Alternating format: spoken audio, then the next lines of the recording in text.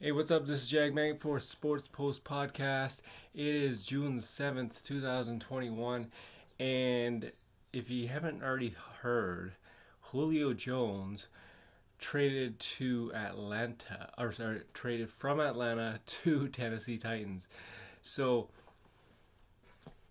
most people thought like this is a Titanic of a trade and yada yada yada.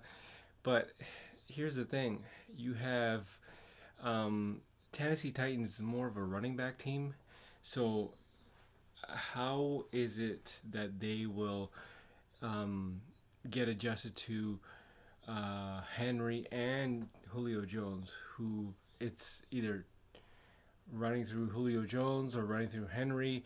It's one of the two. So, there's going to be adjustments to be made, but this is one hell of a trade. And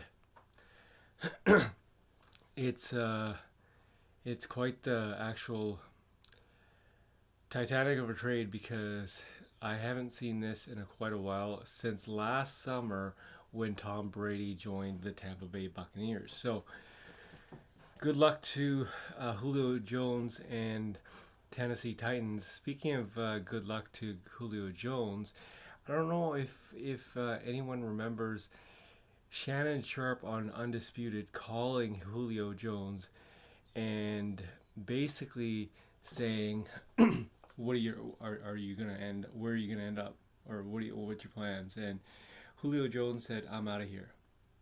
And now it's when I saw that clip, I was like, "Dude, that's not cool," because Shannon Sharp pretty much put him on the spot on live TV, and I was kind of like, "Well, I don't think he knew that he was on live TV," and turns out he didn't. So it's just a low blow move for ratings, in my opinion, on Shannon Sharp and Undisputed. They shouldn't have done that, but they did, and I don't know. I guess more of the trust factor into the media is more and more tarnished with these shows, but it is what it is. Like, you can't change it now.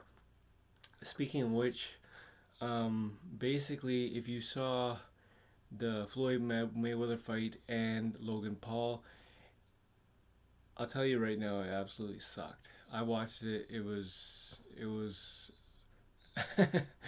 the commentator was more funnier and more entertaining than the actual fight itself. And I was hoping, I changed my pick from second round Floyd to seventh round Floyd, and I don't know. I wasn't a fan of the fight, and it was cool punches here and there, but I was not a fan because there was no clear winner, and now you got guys like Jake Paul and Logan Paul just gloating, saying that they hit Floyd Mayweather in a fight. There was no clear winner. There was no clear loser. So it just more or less them gloating, which I'm not a fan of. And yeah, I it was not a very good fight.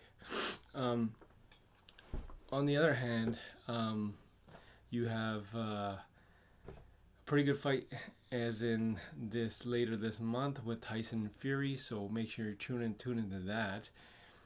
Um, Taking a look at Porzingis and the Dallas Mavericks for the NBA.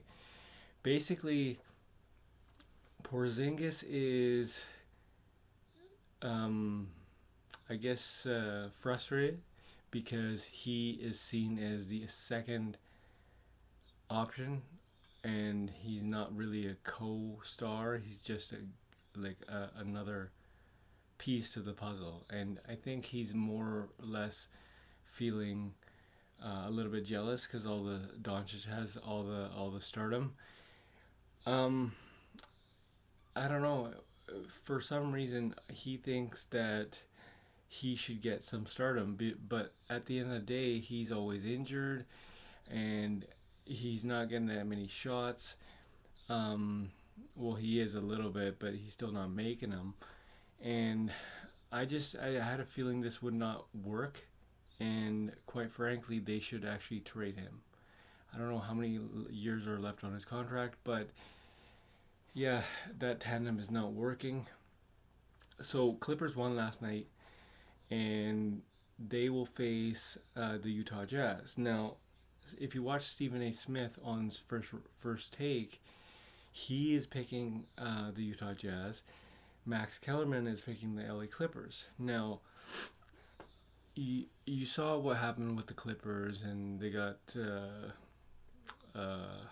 PG, Kawhi, but Utah Jazz have Ingles, Donovan Mitchell, Rudy Gobert, Jordan Clarkson. I know they're not to the elite level of Kawhi, but Stephen A. is calling them Dwayne Wade 2.0. So that game starts tomorrow, and we'll see what happens. I think Utah Jazz will win the first game because they're fully healthy, they're fully rested. But you never know what happens. I personally think that they will win, and barring for any foreseen injuries.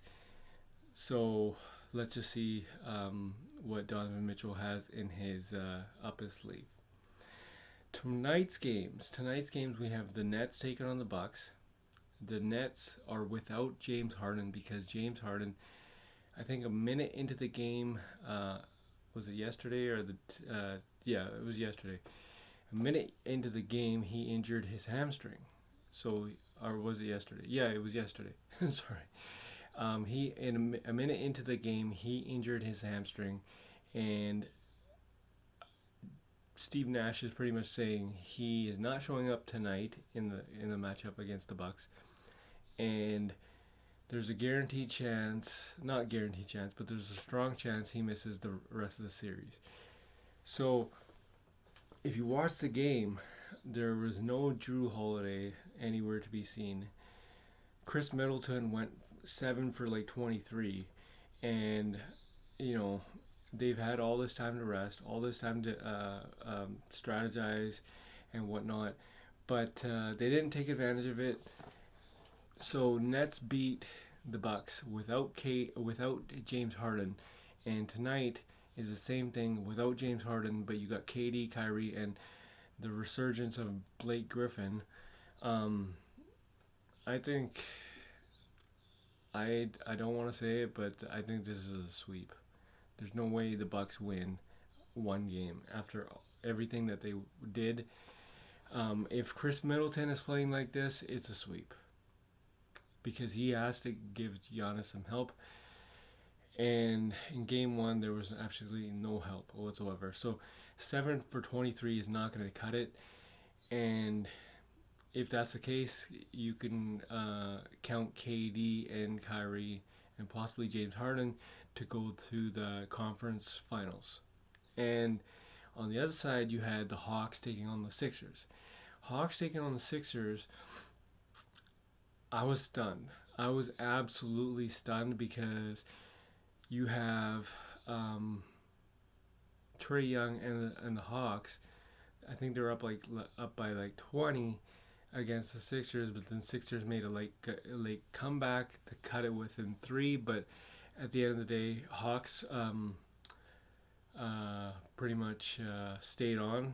And my thing is, do the Hawks take game 2? I don't think so. I think the Sixers will win game 2 just because of the fact that the biggest flaw in the Sixers game is the coaching. Now, if you take a look at the coaching, Doc Rivers had Danny Green guarding Trae Young. That didn't make any sense.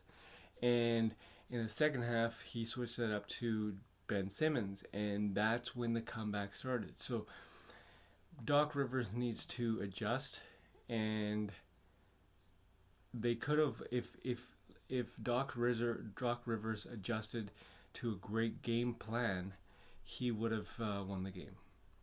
And quite frankly, he needs to do that every single game, just because of the fact that you pretty much know the Hawks are great at shooting, and that you have to disrupt them on the perimeter.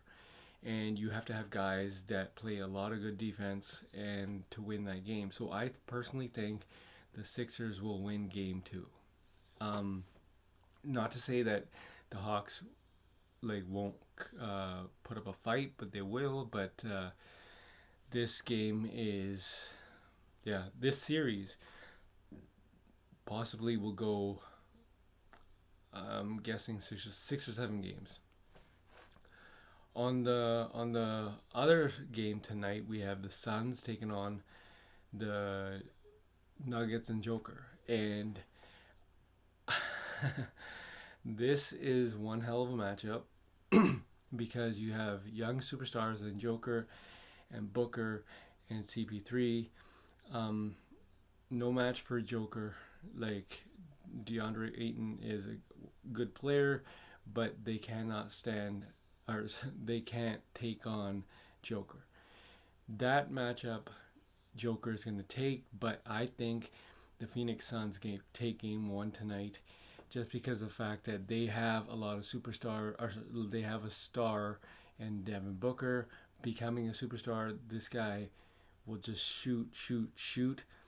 CP3 is one hell of a point guard, but will his shoulder hold up in tonight's game? We don't know.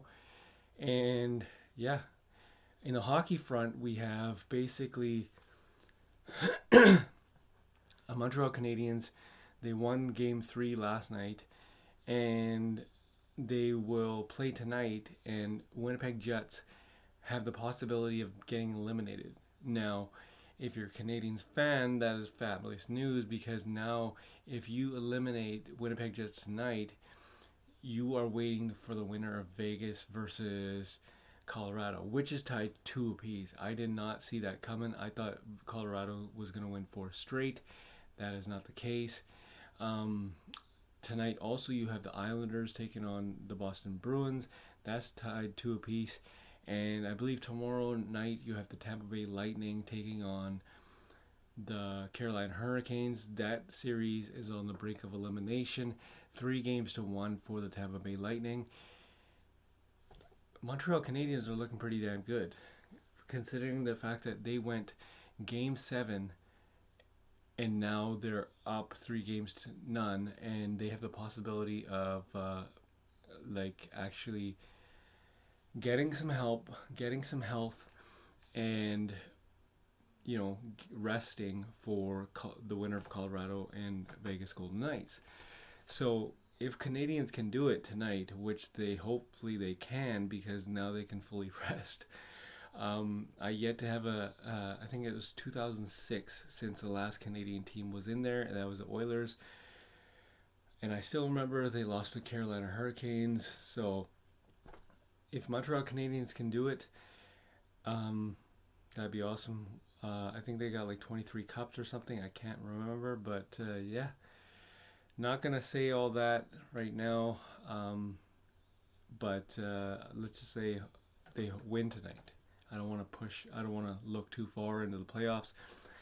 But tune in tonight. You have a couple games in the NHL, a couple games in the NBA, and we'll see what happens. Yeah, this is Jag Mangat for the Sports Post podcast. It is June the 7th, 2021. Tune into the podcast.